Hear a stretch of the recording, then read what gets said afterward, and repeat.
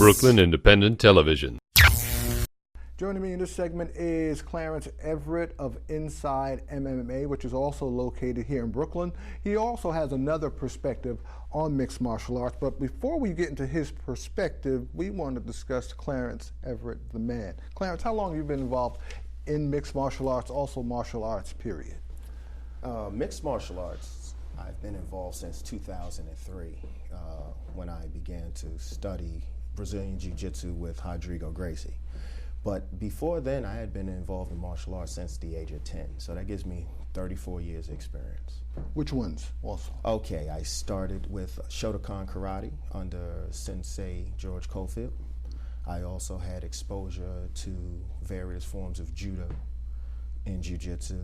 I studied Chinese Kung Fu with Sifu Carl Albright. I received my black belt in Kodokan Judo from Arthur E. Williamson. And I received my black belt in Brazilian Jiu-Jitsu from Alexander Soca Freitas, who's my current professor. And have you traveled a lot globally around the world? As a result of mixed martial arts, believe it or not, it's taken me as far as Costa Rica and to several states here in the United States for mixed martial arts competition. The legalization of mixed martial arts here in New York City, or New York State, right. What's taking it so long?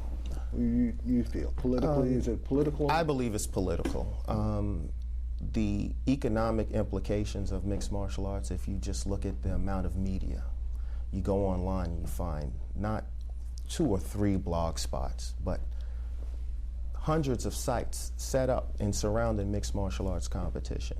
You go to the newsstands, you see Boxing Illustrated, maybe. You see Ring Magazine, definitely. But then, when you look at all the publications and periodicals for mixed martial arts, they're numerous. There are actually 10 separate publications that are dedicated to it. So the popularity of the sport is there. The economic base of the sport is there. But you have organizations like the WWE and boxing that have a stronghold on New York. But is there a governing body for mixed martial arts right now? The governing as far as, body, the boxing, you have World Boxing Council, right. You have World Boxing Association. Right. Well, you have some upstart organizations like WAMA, World Association of Mixed Martial Arts, and things of that nature. But what really governs the sport are the sanctioning bodies.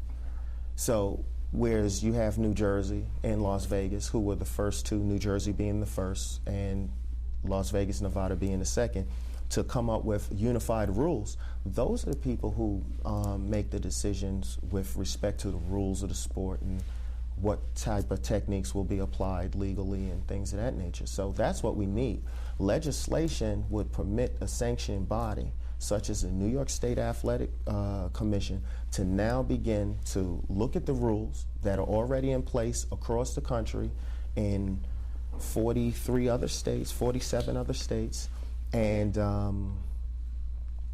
then start our amateur leagues and our professional leagues. Now, does Ultimate Fighting or mixed martial arts need New York State, or does New York State need mixed martial arts? I think it's a little bit of both. I think that mixed martial arts can definitely benefit from having such a, New York venues, such as Madison Square Garden. And the mixed martial artists that reside here in New York would have the advantage of having a hometown advantage for once, instead of having to travel to other states and fight in hostile territory, so to speak. And New York would benefit from all the revenue that would be generated from such events, because it's not just the promoters who make money, it's not just the event itself, but the hotels, the restaurants, the other concessions that are around New York. People will sightsee. I've been to Las Vegas, and people from all over the world, not just the country, come to UFC events. All right, I've been down south where even small events like Shine and UWC bring people from all over the world, not just the fighters themselves, but their friends and their families. Clarence, hold that thought. We're going to be back more with our conversation when Master David Herbert will join us, and we will also continue to discuss whether or not mixed martial arts should come to New York State right after this. Brooklyn Independent Television on the BCAT TV network.